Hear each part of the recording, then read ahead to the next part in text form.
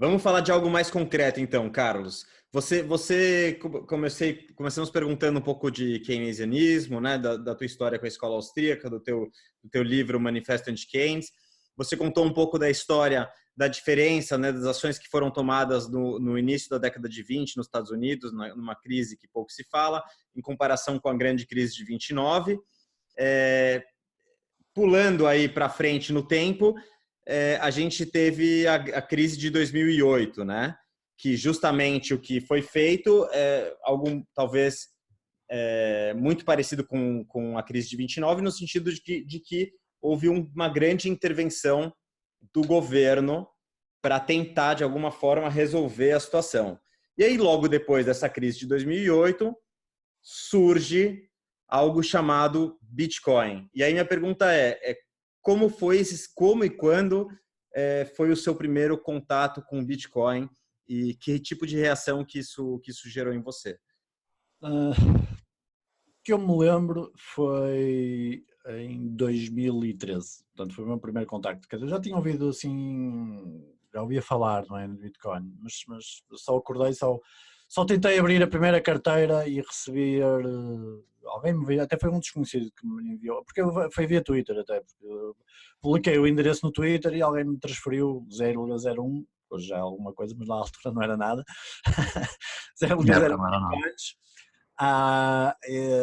portanto foi o meu primeiro contacto real, eu já tinha ouvido falar. É preciso dizer que eu, claro que mostro que sou pró-ouro, sempre fui, e por reservas 100%, portanto faço parte da escola, da parte dura, digamos, da escola austríaca, que tem várias nuances. E em 2013, sim, e depois coincidiu, eu estava de férias, eu conto isso no livro, eu estava de férias em Odeceios, que é aqui uma praia virada para o Atlântico de Portugal, que são as melhores praias para mim, passamos lá sempre quase todos os anos, algum tempo, uma semana, e tinha deixado o meu filho numa loja de surf, e ele telefonou-me passado, estava lá a ver as pranchas, e telefonou-me a dizer que havia um inglês que estava a perguntar se podia pagar em bitcoins. E eu aí acordei, quando cheguei das férias fui tentar abrir, a ver as bolsas e tal, para comprar bitcoins e para investir, e foi assim que comprei, na altura comprei 72 euros e depois, enfim, acompanhei ali o preço. Mas não sabia o que estava a fazer. Não é? Eu tenho algumas, bem, eu sou do mercado de capitais, portanto estou habituado a derivados, assim, habituado assim, a produtos, a coisas um pouco mais exóticas, de sempre, até ia negociar tudo. E também tenho algumas noções de programação em base de dados no início da minha carreira. Tive 2 anos a programar em base de dados e tal, apesar de vir de finanças, mas fiquei com algumas noções pelo menos. E portanto, enfim, apesar de tudo, apesar com isso, não consegui.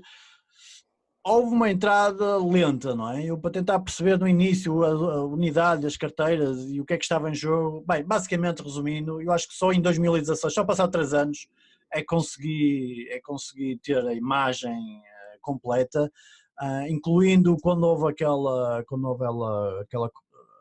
fork no Ethereum. Foi muito discutido na altura e eu acompanhei toda a discussão online sobre o DAO, e só aí é que eu comecei a perceber o que é que estava em causa, os forks e porque é que o blog, quer dizer, só aí é que se fez luz. E portanto foram 3 anos e meio, na verdade, até ter uma imagem completa. Claro que pelo caminho também descobri o Andreas, como toda a gente, e portanto acompanhei tudo que ele fazia. E seguir o máximo número de pessoas no Twitter e pronto. O caminho da iluminação, Carlos. Mas autenticamente acho que foi só ao final de 3 anos e meio é que eu percebi o que é que estava em causa, porque a parte técnica demora, mas depois de termos a parte técnica, até percebermos o que é aquele bicho social que está ali, que é algo que sustenta a si próprio e tem eu chamo-lhe a governação anárquica, não é? Enfim, eu sou libertário da face anarquista. Nós também. E portanto ali até percebeu que tinha qualquer coisa a ver realmente com interesse. Foi esses 3 anos e meio. Excelente. Nossa, começa a surgir várias perguntas na minha cabeça Vou fazer uma, assim, essa história que você está contando é algo muito comum de se escutar, né? Pessoas que ouviram Sim. sobre Bitcoin. Comum que eu quero dizer é o seguinte... Mas não tão cedo, não tão cedo, né? É um dos caminhos da iluminação tradicionais. O que eu queria dizer é o seguinte, desculpa, é que muita gente escuta uma primeira vez, não dá devida atenção, às vezes escuta uma segunda vez, uma terceira vez, e depois de um tempo, por algum motivo, e cada um tem a sua história, começa a se envolver mais com o assunto, e aí cai no famoso rabbit hole, e entende em determinado momento sobre o Bitcoin. Então, minha pergunta para você é, o que você acha por que você acha que demora para as pessoas entenderem o que é o Bitcoin, e talvez você dê a sua versão do que é o Bitcoin, sua versão curta do que é o Bitcoin para você. Como você define? Eu acho que esse é o maior desafio sempre, é responder a essa pergunta, porque há tantas maneiras. Eu só fiz para você porque a gente viu que o seu nível é muito alto, eu me senti com a liberdade de fazer a pergunta. Sim, eu costumo dizer, já o que é uma unidade escassa que se consegue transferir entre dois endereços. Nós aqui em Portugal temos uma coisa chamada o NIB, toda a gente sabe o que é o NIB, que é o código da conta, não é? Da conta bancária, não é? Portanto, os endereços são códigos de contas bancárias, como códigos de contas bancárias, e portanto é uma unidade ao qual a criptografia permite assegurar a segurança na transmissão, que é pública, porque toda a gente está a ver os dados, das transações, entre dois endereços, e portanto uma transação tem um endereço de origem, um endereço de destino, tem a assinatura digital, que eu normalmente costumo dizer às pessoas, a assinatura digital não é nada complicado, a assinatura digital é uma técnica criptográfica que permite provar que sabes a password, mas não mostra a password, que é isso que faz a assinatura digital, não é? Ela prova que sabe, prova que o endereço de origem sabe, mas não mostra a password. E isto é o pequeno tudo, não é? É o pequeno tudo de uma transação de Bitcoin, de uma transação de qualquer moeda digital. E depois, havendo transações, há uma forma de guardar, digamos, o registro do histórico de todas as transações através de blocos, que não está baseado numa base de dados central, mas sim em registros que as pessoas mantêm de forma distribuída, porque cada uma delas segue as regras do protocolo. Perfeito. Aqui o protocolo está perfeito. A parte difícil é o que é o protocolo, como é que ele se mantém, porque é que se mantém sequer, não é? Sim, como é que ele continua vivo? É uma pergunta complexa mesmo. E uma curiosidade, Carlos, como que o governo, ou como você vê a posição do governo de Portugal com relação ao Bitcoin? Existe algum tipo de posicionamento para quem está no Brasil e quer entender como é que está funcionando em Portugal? Não tem ainda, não, acho que está muito mais atrasado que os outros países, mas se calhar até é bom, porque É bom. fiscalmente o Bitcoin cai ali num vazio que o compara com moedas de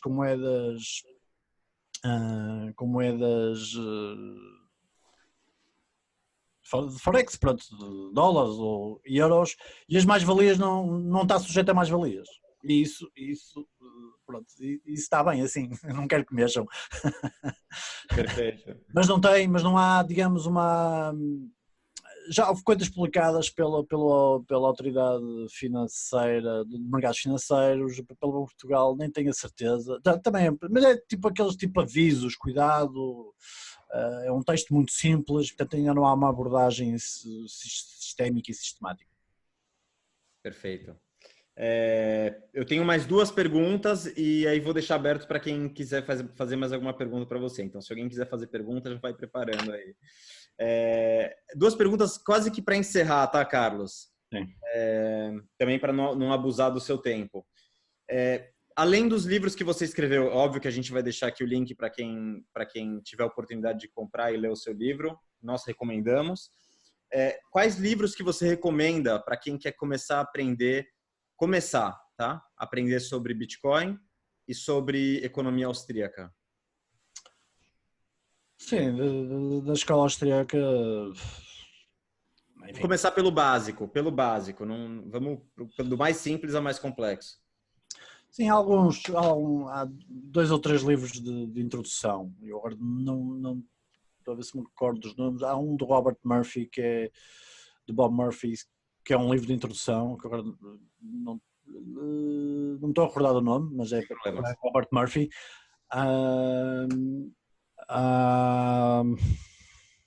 Mas, sim, de introdução.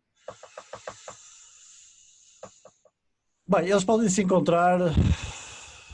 Quase tudo está publicado no Mises Instituto americano e, evidentemente, no Mises Brasil. Portanto, acho que a procura, até para quem quer começar, deve começar por ler até os textos que aparecem nos sites, ainda antes de ler um livro. Porque os textos normalmente trazem assuntos do dia a dia, mas com uma abordagem austríaca, e depois a pessoa de ler vários textos e procurar vários temas, pode procurar os tais livros de iniciação, onde o Bob Murphy tem um que é para o estudante inicial, qualquer coisa assim, agora não me estou a recordar do nome. Mas pronto, os 2 sites do mesmo Instituto dos Estados Unidos e do Brasil acho que são os pontos de entrada.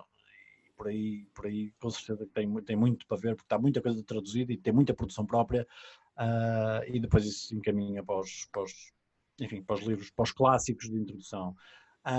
No Bitcoin, devo dizer que não conheço muitos livros de Bitcoin, li o do Andrés, claro, que é um pouco técnico, e eu escrevi o meu livro porque achei que não havia, especialmente em português, se calhar em inglês também não há, se calhar devia traduzi-lo, mas não há nada tão resumido, porque o meu livro tenta ser de introdução, mas introdução técnica, não é? Apesar de não ser propriamente de programador, mas tem muitos links e passa pelos vários temas, pelos 10 passos, não é? Até que acaba até ligado com a escola austríaca, uma adenda que eu fiz no final, com uma tese particular.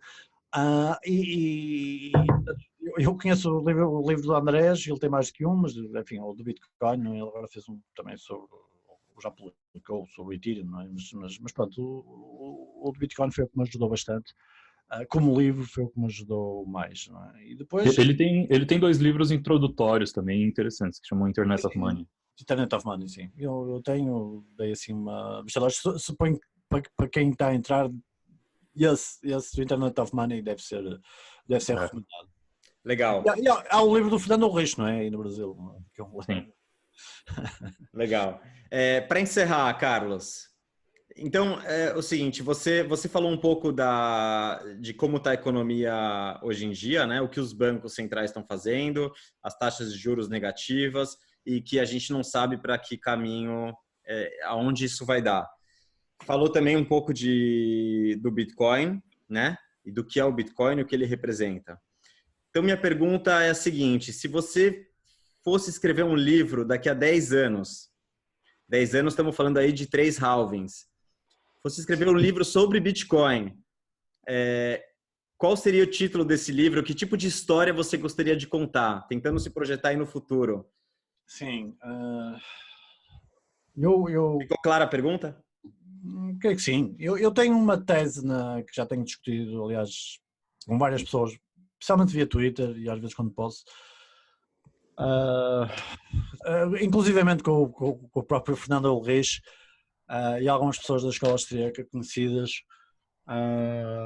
como o Jorge Selgin, que defende as reservas fracionárias, e eu há anos que vou, às vezes que não vou atrás dele e faço comentários e ele responde. E se calhar daqui a 10 anos isso pode estar mais claro, não é? Para mim o Bitcoin,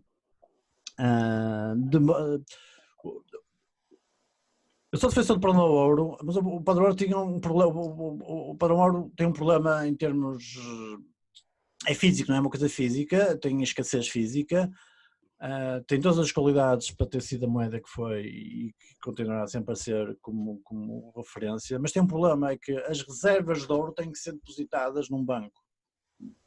Não é? O facto da pessoa ter que procurar segurança no ouro físico nos bancos foi o que criou a oportunidade dos bancos pegarem nesses depósitos e multiplicarem os depósitos de ouro por depósitos que não existem, né? As tais reservas fracionárias, para conceder crédito, né? Concedem crédito com depósitos que são criados no próprio momento da concessão de crédito. Ora, o Bitcoin não precisa, pode ter custódia como serviço, mas não, as pessoas não precisam depositar nem em bancos para possuir os Bitcoins.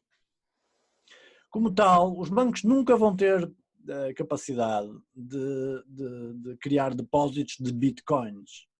E eu tenho essa tese, tenho a tese que, no fundo, o que eu digo é assim, o Rothbard defendia as reservas 100%, como há uma parte da escola austríaca, outra que não, outra defende as reservas fracionárias como uma coisa natural. E há uma coisa curiosa, o Fernando Luís passou das 100% de reservas para as reservas fracionárias e o Bob Murphy começou nas reservas fracionárias e acabou nas reservas 100%. Portanto, neste momento o Bob Murphy é um defensor das reservas 100% outra vez, portanto é a pessoa que está a debater com o George Stelling outra vez sobre isso, de vez em quando, e é bom seguir a polémica entre os dois. Mas é uma polémica que existe entre os austríacos desde sempre, dentro da própria escola austríaca.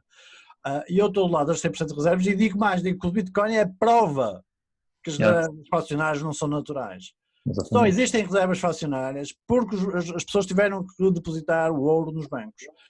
No Bitcoin isso não vai acontecer. Nós podemos pôr os Bitcoins em entidades custodiantes, mas essas entidades custodiantes não vão produzir Bitcoins saltos que ninguém lhes vai dar. O que é um Bitcoin e que não é Bitcoin? Não é? Quer dizer, é evidente que as exchanges podem, por fraude, ter mais bitcoins no seu balanço do que bitcoins que têm depositados, mas será fraude sempre, não é? Mas mesmo que não seja fraude, vamos dizer que não há fraude, como os bancos podem ter bitcoins e que podem fazer depósitos de bitcoin. Eu se tenho bitcoins a receber, porque eu estou a vender já produtos e serviços em bitcoin, eu quero recebê-los através do blockchain, não é? Ou através do Lightning Network, ou qualquer coisa, ou para uma entidade custodiante, não é? Você vai receber bitcoins, é um depósito naquele banco que de forma transparente, tem reservas fracionárias, ou seja, tem mais bitcoins no balanço, ou diz que tem, do que bitcoins que tem realmente, não é? E, portanto, no Bitcoin, esta conversa para mim acaba, e eu tenho tentado dizer, então o Bitcoin aparece e veio reforçar a tese de Rothbard e a tese dos mais ortodoxos, não é? E, portanto, eu tenho essa Parece que eles ignoram o fato do Bitcoin existir, não é? O facto de ele existir, o facto de demonstrar que o que fez possível as reservas fracionárias, existe uma discussão jurídica sobre as reservas fracionárias, se era legal, se não é legal, se era suposto de início ser legal, depois passou a ser ilegal, se era suposto ser ilegal e depois passou a ser legal, porque agora é legal, não é? Porque o sistema está construído assim e é fiat money. Mas a questão é se no padrão ouro no século XVIII aquilo era suposto ser legal ou ilegal. Há muita discussão sobre isso, mesmo durante os austríacos, não é? Há muitas discussões que demoraram horas e eu participei nelas, em várias discussões históricas, em vários fóruns, e antes do Bitcoin, não é? E para mim o Bitcoin, quando eu percebi a arquitetura e o que é que estava a suceder, foi quando eu, espera aí, isto aqui releva que o problema do ouro era que tinha que ser depositado, isto não tem que ser, ou não tem que ser, quem é que vai receber Bitcoins que não são Bitcoins? Quem? Eu digo, o meu serviço custa, minha mercadoria custa 50 Bitcoins. Tanto faz receber-me 50 Bitcoins via blockchain ou receber 50 Bitcoins num depósito, num banco que não tem tantos Bitcoins como diz que devia ter. Quer dizer, eu não quero esses, não, eu quero os reais, não é? Claro. O ouro, no ouro o custo teoricamente é o mesmo, né, para receber. No ouro funcionava não só porque as pessoas precisavam depositar, mas como as pessoas não podiam, grandes quantidades de ouro, não podiam transportar, não é? Não podiam transportar. Portanto, o sistema de pagamentos passou a ser baseado em notas e em créditos e débitos no balanço, porque o ouro físico não o permitia. Nos bitcoins não há esse problema. E, portanto, a prova de reservas para já é muito mais fácil, porque, quer dizer, dentro de pouco tempo, todas as entidades custodiantes, incluindo as exchanges, vão ter que fazer provas de reservas ou todos os dias, ou coisas do género, não é? Porque basta a tecnologia avançar um bocadinho para isso ser possível. Todos os dias eles fazem uma prova de reserva e está toda a gente, sim, tens aqui tantos bitcoins, está aprovado que tens. Não é? No ouro não era possível fazer essas provas de reserva, é tudo confiança no banqueiro, na família. As grandes famílias da Europa que sabiam o que era o negócio bancário, sabiam perfeitamente que eles tinham capacidade de criar depósitos e compravam coisas, é uma coisa escandalosa, não é? Ou seja, os banqueiros produzem depósitos e compravam palácios e faziam coisas, porque eles tinham capacidade de produzir moeda sem existir, não é? na forma de depósitos, que é uma coisa que se torna, quando nós percebemos isso, se torna obscena. É uma coisa que se torna obscena que as pessoas não veem assim, mas para mim torna-se. E portanto, o Bitcoin limpa essa camada e torna claro isso. E portanto, há aqui uma questão teórica discutida que eu acho que fica resolvida, e há uma questão prática que eu acho que daqui a 10 anos, como a adoção a ser maior, essa adoção daqui a 10 anos vai prová-lo na prática, empiricamente, digamos. A teoria, a mim, parece-me que já o prova, mas acho que a prática observável daqui a 10 anos vai demonstrar isso. Excelente, Carlos. Muito obrigado. Isso aqui foi mais do que uma aula. Obrigado pelo teu tempo, obrigado pela forma como você expressou as suas ideias de maneira clara e ao mesmo tempo com emoção. Dá para ver que você gosta do assunto. Sim, é verdade, é um facto. Estou bastante entusiasmado e às vezes até me torno chato, como eu digo, de vez em quando vou ali ao Twitter e tenho com este e com aquele, incluindo com o Fernando Reis e com o Jorge Selgin e pronto, puxo um bocadinho até demasiado. Não, a gente gosta disso e fica até mais interessante ouvir, porque fica claro que você acredita no que você fala, você entende do que você fala e você gosta de falar sobre o assunto e difundir o teu conhecimento, compartilhar com as pessoas. Isso é muito legal. Obrigado. Obrigado, eu. Para mim, tá mais do que de bom tamanho. Não sei se alguém tem mais alguma pergunta, quer fazer mais alguma pergunta para o Carlos. Também não sei se o Carlos tem tempo para mais alguma pergunta. Não tenho, estou sem problema, mas pronto, pode ficar demasiado grande o episódio ou qualquer coisa. Eu faço uns YouTubers de vez em quando também, mas pronto. Legal. Eu talvez tivesse só uma micro pergunta porque deu aqui um círculo e quase fechou. Eu acho que falta só esse elozinho de fechar, que portanto, o problema da criação de moeda e da geração artificial de inflação é que, além das tensões sociais e isso, ele mascara um pouco a questão da criação da riqueza. O Bitcoin, como é escasso, acaba por tirar essa parte, ou seja, o Bitcoin seria então a solução para uma economia em que, parecida com aquela sua da tribo dos índios, uma economia em que está a unidade monetária ela é estanque e os ganhos de eficiência da economia traduzem-se diretamente numa deflação que vai representar o crescimento económico? Sim, claro. Eu combato os antideflacionistas. É evidente que a deflação, enquanto a procura está a crescer, os preços vão cair, não só por causa da economia estar a crescer, ou seja, aumentos de produtividade, mas porque há aumento de procura pela moeda. O aumento de procura pela moeda é uma coisa pouco compreendida, mas no Bitcoin reflete-se na subida de preço, não é? E portanto o poder de compra aumenta, não é? É isso que a procura para a moeda faz os preços cair. E portanto o normal será indo, subindo até haver um ponto de estabilidade que se calhar não demorará muito tempo a atingir, mas eu devo dizer que eu continuo para o ouro, não é? Eu acho que o ouro e o Bitcoin podem, e é provável que os dois tenham uma vida longa e sejam no fundo uma expressão escassa física e outra expressão escassa digital, onde o Bitcoin ganha por ser fácil de ser transmitida e não precisar de custódia. O ouro tem um outro aspecto físico que nunca há de desaparecer e portanto se calhar mantém uma rivalidade saudável entre os dois, uma rivalidade que provavelmente poderá levar à destruição das moedas fiat, que é o que nós queremos. E vem o padrão ouro. Padrão ouro, padrão prata, padrão Bitcoin. Eu acho que os maximalistas, eu sou maximalista, mas há um sobre-entusiasmo ainda muito antecipado sobre o Bitcoin. Não é? Portanto, enfim, sou bastante otimista. Está tudo em termos tecnológicos que se prova. E provavelmente há de acelerar, há de haver um ponto de aceleração mais daqui a algum tempo, nunca sabemos quando, não é? Também há o ponto de encontro, se houver uma crise forte, grande, sistémica, também o que é que vai acontecer, o que não vai acontecer, acho que vai acabar por ser bom quer para o Bitcoin, são as duas moedas escassas que existem, não é? E portanto convém sempre se calhar ter qualquer coisa em carteira no seu património de um e do outro.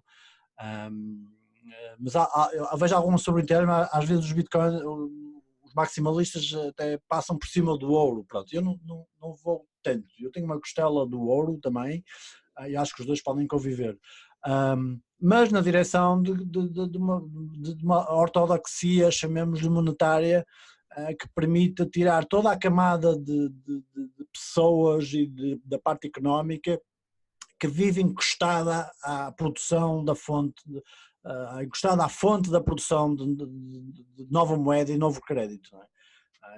E portanto toda essa, eu percebo, por exemplo, alguma, quase não é mudado do regime, mas eu percebo por exemplo, algum tradicionalismo. Os tradicionalistas, não sei no Brasil, mas haverá, aqui em Portugal mas é sempre um enfim, uma micro parte do pensamento político das pessoas, se é que é político, que são bastante conservadoras, eles dizem-se até que não são conservadores, mas são tradicionalistas. Eles têm muita má imagem sempre da parte do capitalismo e da finança, não percebendo bem construir porquê, apesar de serem conservadores. E o que é? Ali, eles não percebem bem, não sabem a escola exterior, que não percebem o que é que se passa lá, mas eles têm ali um instinto que há uma coisa ali que está muito mal, não é? Toda ali a parte do mercado de capitais, tudo que roda à volta da produção da moeda e de crédito, há ali qualquer coisa antinatural, não é? Digamos, para um tradicionalista, não é? Portanto, eu percebo esse instinto anticapitalismo, não do ponto de vista comunista, mas de um ponto de vista que há ali algo mal. E esse algo mal tem a ver com a moeda, o sistema monetário, e depois estas bolhas, e depois bolhas onde aparecem coisas grotescas, não é? Porque imensas valorizações, pessoas que ficam imensamente ricas, sei lá, porque lhes permitiram especular, não de uma forma natural com os recursos que tinha, mas com o recurso às portas do crédito, não é? Às portas do crédito. E portanto, seria o mais saudável possível que essa componente do capitalismo que traz mau nome, péssimo mau nome ao capitalismo, desaparecesse.